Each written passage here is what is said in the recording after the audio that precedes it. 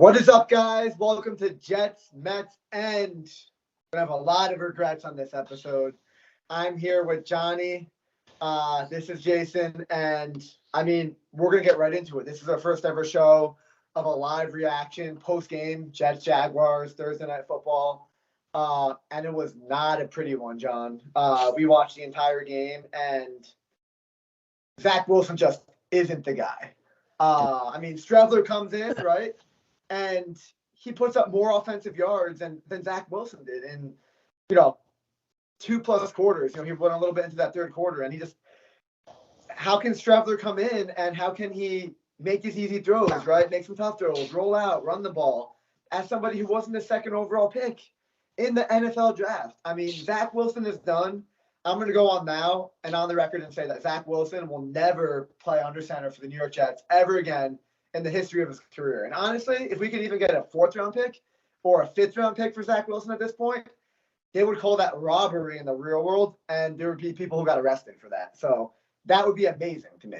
Thoughts? Yeah, no, I couldn't agree more with you. That was absolutely miserable to watch. Your point about Strebler, he's not seeing starters in practice. He's not getting the same amount of coaching that Zach Wilson's getting, and he comes in the first drive. He's running the ball. He's rolling out. He's hitting guys in the flat. He's hitting guys over the middle, and he's driving the guys down the field. And it's like Zach Wilson had 7 or 8 drives up until that point, and he wasn't able to do dick. Every single time he touched the ball, the Jets were moving the wrong way. Every single drive, it was 3rd and 12, 3rd and 17, 3rd and 19, 3rd and 20. Something. It was always the wrong way. You even made a joke during the broadcast while we were watching that after Braxton Berrios made that really smart play to step out of bounds on the kickoff, we got the ball at the 40-yard line. You said, yeah, it would be punting from the 39-yard line. And I said, don't you mean the 29-yard line? And sure enough, they were punting from the 33-yard line. It was just absolutely a terrible, terrible performance by Zach Wilson. Now, listen, the coaching, Robert Saleh got out-coached. I don't think there's any question about that. But just watching Trevor Lawrence sit in the pocket and, look at all of his routes and make his decisions and move the ball down the field. It looked like a professional team versus a peewee team. And it was just absolutely disgusting to watch. And I agree, Zach Wilson, not the guy at all. Disgusting. Yeah. And Jet fans, let's also hold up. And John, you were spot on. I think this is going to be one of those episodes where if you're a Jet fan and you defend Zach Wilson, if you defend the coaching, if you defend anything that this team has done today, you were just wrong.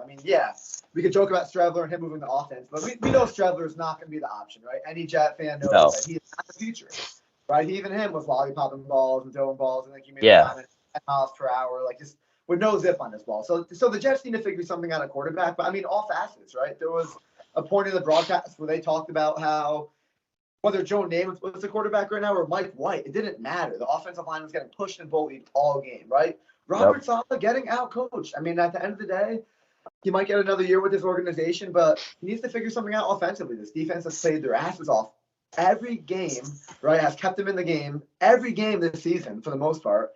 And the offense has nothing to show. The running game is non-existent. Offensive line is non-existent.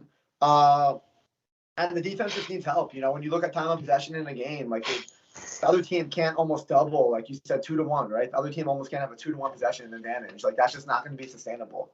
No.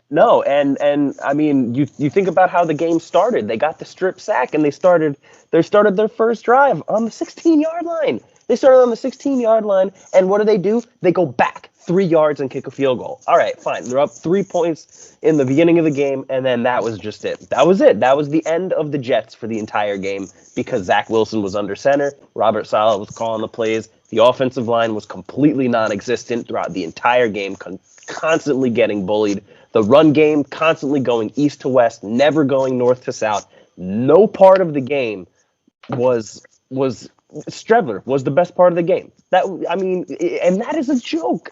Our 4th string quarterback is the best part of a Thursday night primetime game. Absolute disgrace. Absolutely. And it looks like we're getting a call. We have our our first caller right now. That's Mets and regrets history. We got Danny from Philadelphia. So we know Danny for a long time. He's a good friend of ours. One of the biggest Jet fans that we have known. We've been to tons of tough games with Dan. Dan, we'd love to hear your instant reaction of that Jets meltdown on Thursday Night Football in the live audience. What are we thinking right now? First of all, love the respect. Got to put respect on Jason over here. Great Jets fan as well. Not a great Jets moment tonight. Absolute trash. I would have rather had Bryce Petty. Give me Christian Hackenberg. Give me anybody else other than this pile of filth and this steaming pile of crap that is Zach Wilson. You know, people are going off on Mike LaFleur. He has questionable decisions at times. But tonight, Straffler went in there as the fourth-string quarterback tonight and got plenty of leeway. And if it wasn't for that guy kicking the ball out of Garrett Wilson's hands, that guy would have, they would have had a first down and continued down the field. And I think it's a pretty solid indictment of Zach Wilson. He's absolute trash. He can't do anything. He runs out of the pocket. I've been saying it this entire season. I've been saying it since last season. We all thought he was going to be the Mormon Messiah right after we had the sun god of Sam Darnold. And he hasn't been that at all. We all loved him because of all the stories that came out about him and his love for moms. We all love moms. I'm sure Zach Wilson loves Mother's Day. But the fact is that this guy cannot do anything. He's trash. He's got to get out of here. He's a worse pick than Jamarcus Russell was for the Raiders. And I think that, like, Jets fans now, we're now looking at it as we have a roster that's ready for, like, honestly, a deep AFC playoff run in a division that is going to be up for grabs every single season between the Jets, Dolphins, and Bills. And Saleh is not a bad coach. Everybody's bought in, and nobody likes this Ken doll that can't throw a ball for his life. He's trash, and he's got to go. And there's not a single Jets fan that would argue different. And I'm sure Zach Wilson is a nice guy, but I'm sure that living in a state like Ohio, Idaho, just move to Afghanistan at this point. Get the country. You're an embarrassment. He's probably less popular than Osama bin Laden is in New York City. I mean, Christ, this guy sucks. I mean, honestly, for you as a Jets fan, Jason, of all the quarterbacks we've been through Geno Smith, who had his jaw broken by his own teammate because he didn't pay back a $400 gambling debt or something like that, right? And we've gone through Christian Hackenberg, who didn't even play a single down in the regular season and only played in the preseason and never saw anything. It's never been this low. I know we talk about it all the time personally, but have you ever seen it this bad for a Jets quarterback, especially on such a talented team with players like DJ Reed, Jordan Whitehead, and Sauce Gardner, such a solid secondary, and Quentin Williams and everybody else? This team was being wasted because of one position. Absolutely. The most important position on the team.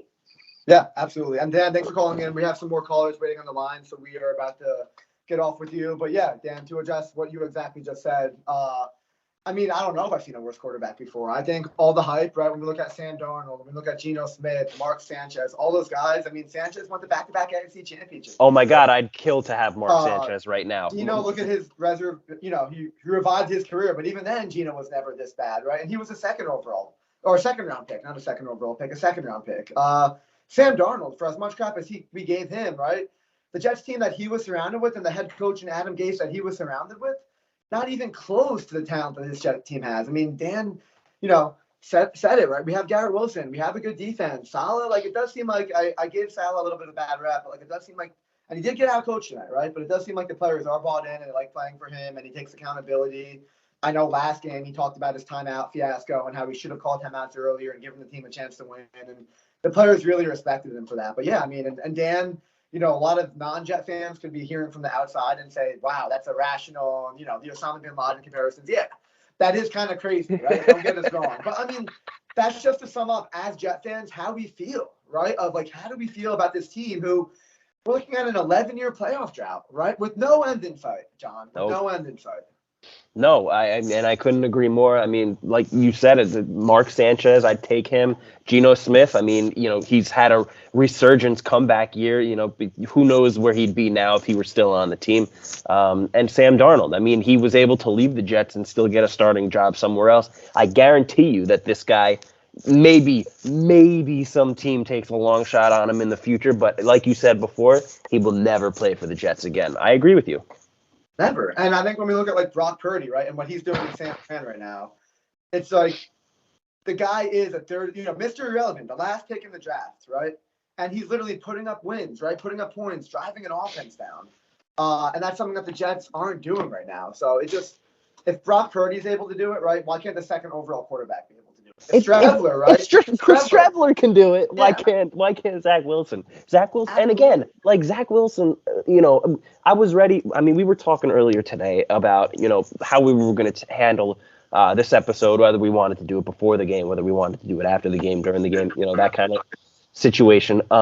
And I remember, like, for my notes going into today, I wanted to really defend Zach Wilson. I wanted to say, remember that last drive when, the defense gave up that long touchdown at the end of the game and Zach Wilson had 1:25 with 3 timeouts left to go 75 yards and score a touchdown and win the game. I was, we were watching the game together. I said, go be the guy. You want to be the guy? This is it. It's really, 1:25, 3 timeouts, 75 yards. If you're the guy, this is the moment. It's not that far-fetched to do it. You got everything in your disposal right now to be the guy. And you know what? They took a sack, and it was like 3rd and 19. And what did he do? He made an awesome pass to Garrett Wilson across the middle, and they moved the chains. And then the same thing happened. They moved back, and it was 4th and 19. And he made that incredible play where he moved out, moving around the pocket and then moved out and threw the ball downfield and caught Elijah Moore. And they were able to somehow convert on a 4th and 19 with 1 second left and gave the kicker gave Zerline a chance to tie the game. Unfortunately, they didn't win it. But you saw those flashes of well, you know what? Yeah, maybe Saleh was saying he doesn't make the easy look easy like he was talking about. Mike White was able to do, and maybe that's easier to coach than being able to coach those big plays. Those 3rd and 19s, those 4th and 19s. Those are really much harder to coach than coaching like easy checkdowns. But for whatever reason, Zach Wilson just cannot create any offensive momentum throughout the longevity of the game, and it absolutely showed tonight. Again, the coaching didn't help him, the penalties didn't help him, the run game didn't help him, the offensive line didn't help him. But I mean, when you take 7 drives of less than 100 yards total, and then you put in a 4th round pick who, look at this guy's arm. He's lobbing balls, probably going 15 miles an hour, 20 miles an hour, and he's able to drive down the field. Please, Zach Wilson, not the guy. Get out of New York. That's all I'm going to say. Yeah. I mean, we look at a guy who, and a lot of things were defended, right? But we look at a guy who wasn't the captain of his football team at BYU. Maybe we know why now, right? We look at a guy who maybe was handed everything, coming from a little bit more of a well-off family, right? Who maybe never had to work for anything or earn it, where he was just kind of given everything, right? And hey, that's not a knock on anybody like that, right? People make the most out of that sometimes, but it seemed like in Zach Wilson's case, he just isn't. And I think to go on the other spectrum and look at the Jaguars tonight and Trevor Lawrence, right? The guy who was picked before Zach Wilson, the guy who the Jets almost had, the guy who was compared to the next best thing since Luck or Manning or whoever, right? And what could have been, right? And he did what he had to do today. He didn't. And when we talk about Zach Wilson's deep ball, right? We didn't see any of that from Trevor Lawrence today, but we saw nice read options, right? With the running back. We saw nice little dump throws, right? Checking it down to his running back, checking it down to Evan Ingram, who had we saw him scramble for 6 yards when he needed 5, and move the chains and really, move his team down the field. It was really upsetting to think about that season when the Jets and the Jaguars were both fighting for that number 1 overall pick, trying to get Trevor Lawrence, and the Jets couldn't even lose properly to get the guy. And again, I mean, I don't know if you want to open this can of worms, but what was the front office thinking when they decided to go with with this quarterback from BYU, that was the guy that they thought was going to be the next guy. I don't know. It kind of makes you question, like, of all the amazing decisions that they've made, all the transactions that they've made, all the amazing draft picks that they've made, they severely dropped the ball and really hindered this team and their growth for the future. Yeah, and that's the story of the Jets, right? The story of the Jets. We missed out on Peyton Manning, went back to college, right? We missed out on Dan Marino. We missed out on all these great quarterbacks, right? Trevor Lawrence might be that next in. And yeah, I think when we look at Douglas and Saleh, I want to see another quarterback in there and see what this team could do. And I think they've earned one more year on this team. But I think next year they're in the hot seat, right? As much as I love Saleh and love the mission that he brings and how the players love playing for him and the players Douglas has brought in, guys who love football and all this and that. Like, that's all good. But at the end of the day, all that matters is wins and losses and making the playoffs in the Super Bowl, right? And if they can't make the playoffs next year, we're looking at a 4, 5, 6-year rebuild. I mean, 2015 was really the last time where they had a chance in the last week of the year to make the playoffs. They lost that last game to Buffalo. Kind of crunch time for this regime, right? I think they've had a good amount of time, and next year will really be on the clock. We can look at 7 wins right now, hopefully 8 or 9 by the time the year's over, and say, hey, a 4 or 5 win improvement over last year. Great improvement. But at this point, it's a results-driven league and a results-driven business, and we do need to see the playoffs next year. Like, that is going to be what ownership wants. That's going to be what the fans want, and it has to happen. So, yeah, I couldn't agree more.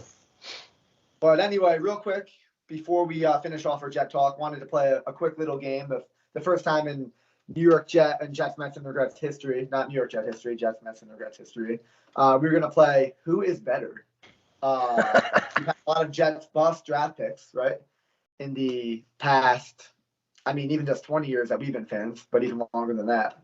But I'll start you off, John. I'll be naming a couple of Jets, and do like 3 or 4 rounds, and we'll get to like who is the worst Jet out of this group. So we're gonna start first. Kyle Wilson or Vernon Golston?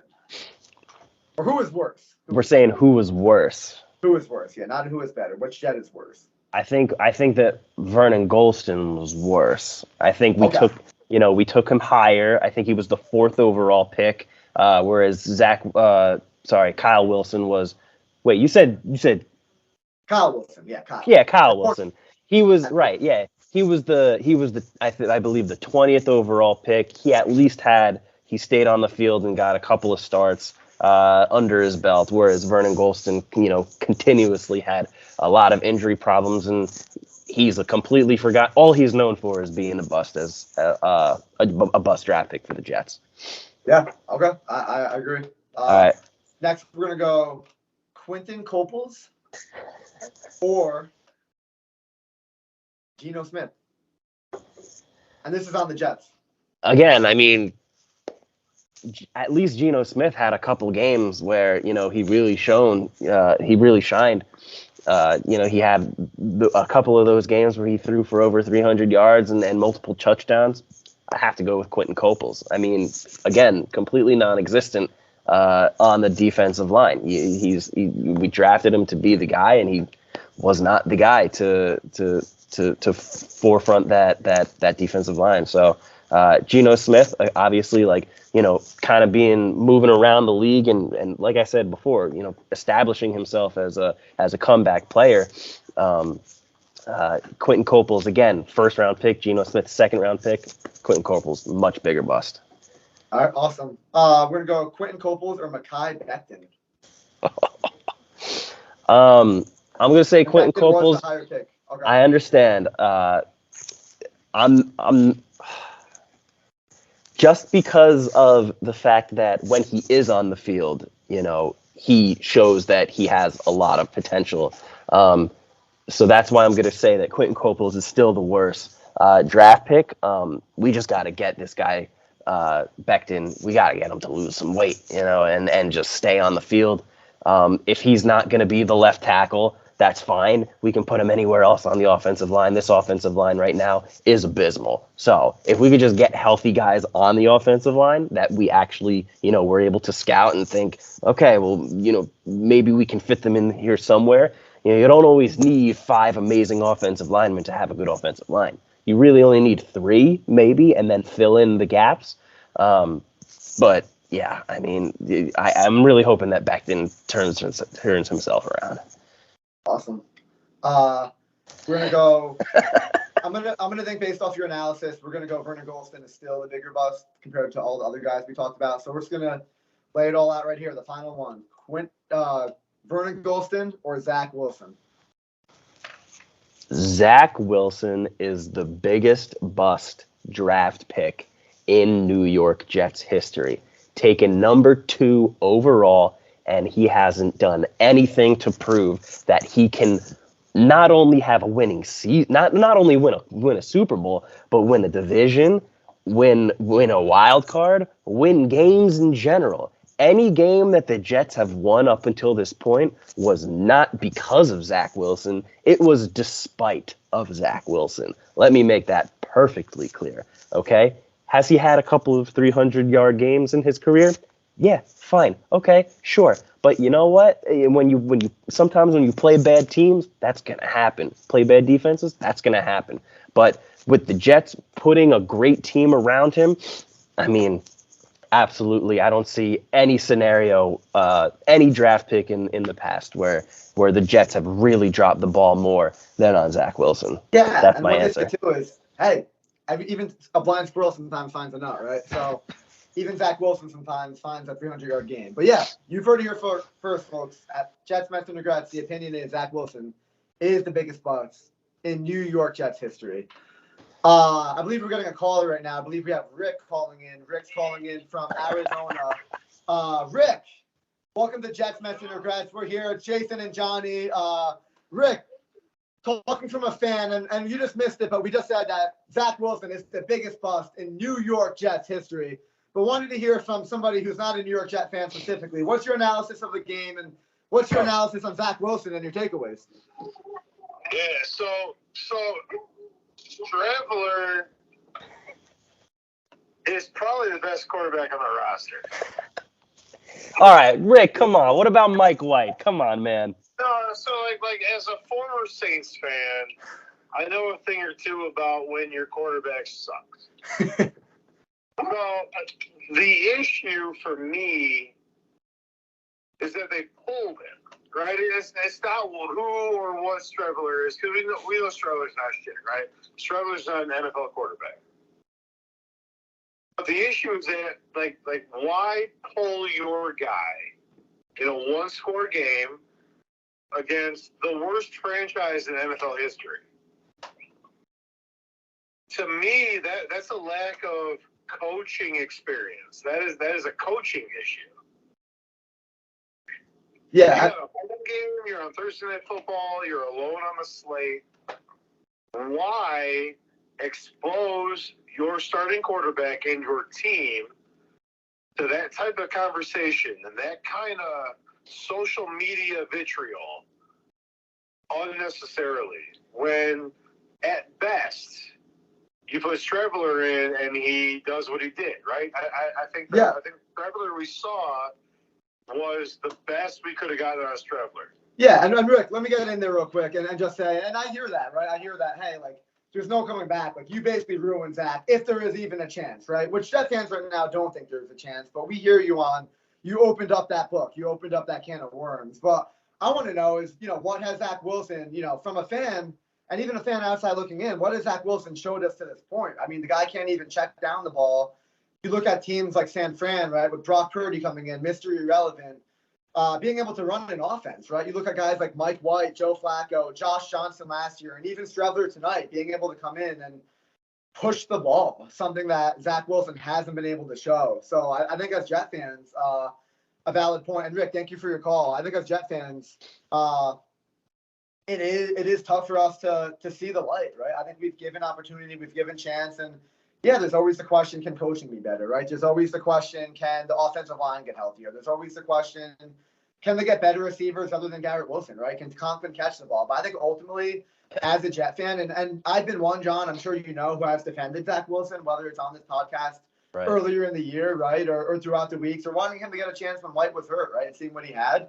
But I think at this point, you gave this guy 2 opportunities. So to Rick, I hear your point, but I just don't think that Wilson is that guy. And I'd love to be proved wrong, right? I'd love for him to go off and we trade him off for a 4th-round pick, which again would be robbery, but a 4th-round pick and see what this guy can do, right? In another team and another coach. But I think right now, he's just not going to be with the Jets. And you could say we ruined him, but I think at this point the Jets need to move on. You know, they have a more of a win now team. And then you also have to think about the GM and coach. And unfortunately, that's not always the case in the NFL, but these guys are on the hot seat. If these guys want to save their job, they're not going with Zach Wilson next year. I mean, that is the bottom line. Listen, at the end of the day, you know, last week against the Lions and tonight versus the Jaguars, Zach Wilson, he was the 2nd-string quarterback. He was only starting because Mike White was injured. Now, we've seen a lot of good things from Mike White. We hope that his rib injury is better by the time we start next week against Seattle. And who knows, maybe a lot of the criticisms that we're saying about all the other facets of the game kind of tend to mend themselves when the quarterback position isn't as anemic as it is with Zach Wilson, right? So, I mean, again, you have to think that we've seen a lot of good things from Mike White. And hopefully, you know, getting him back, if we do, you know, we got to hope that we get him back, or else it's going to be a really tough last 2 weeks of the season, that there will be some decent football left for the Jets fans to watch this year. And honestly, that's really all we have to hope for at this point. Because right now, if we have Strevler starting for a whole game, I mean, it's not going to look pretty. That was fun. You know, we had a little bit of fun seeing him getting put into the game. You know, the juxtaposition between him and Zach Wilson. But let's be real, that man's arm, you know, he can't do it. You know, and the Jaguars. You know, he was getting a couple of first downs with his legs, but the Jaguars defense clearly realized that that's what he was doing, and we're able to shut it down pretty quickly after that.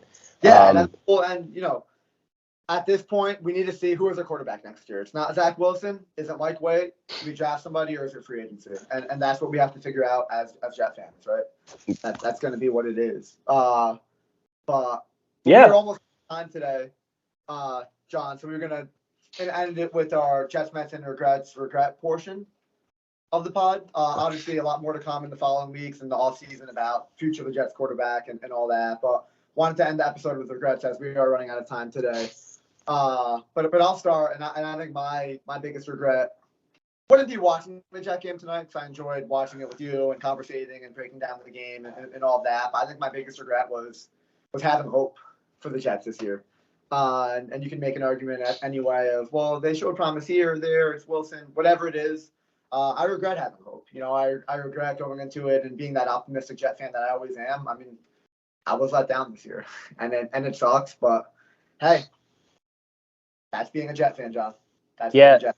Yeah, and I mean, my regret, it's pretty similar to yours. I mean, I feel like we kind of had an idea about what Zach Wilson was last year, and the regret was, you know, giving him, you know, as much of the rope that we did.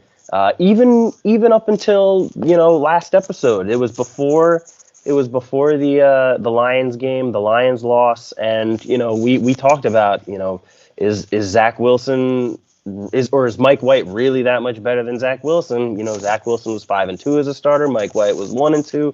As you said, it's a winning league. You need to put up wins in order to stay on the field. But you know, I think it's incredibly clear that the quarterback in this situation is not the reason why he won those 5 games. And that's what it comes down to. I think that his injury from last year and his injury at the beginning of the season really blurred the lines about how good, or I should say how bad he really is.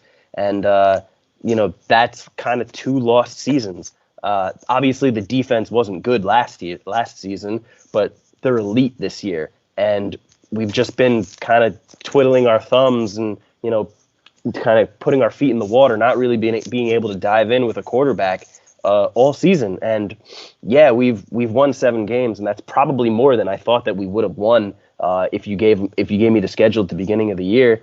You probably have to go back to one of your earlier episodes to see what you predicted that would be. But I mean, it's just this is a lost season. We had so much hope, sitting at the pretty record that we were, but it's lost now. I mean, there's no chance. I think the Jets now have a 9% chance of making the playoffs, and so many things have to happen. Over. It's over. I mean, it's not going to happen, and it sucks. Yeah, it does. But everyone, thank you for listening in tonight. Thank you for our callers, our first 2 callers of the show's history, calling in tonight. But for future weeks, right, next week, looking into some more Mets talk, so talking about the offseason continued. We had a huge Carlos Correa signing, so stay tuned for some insight and analysis on that.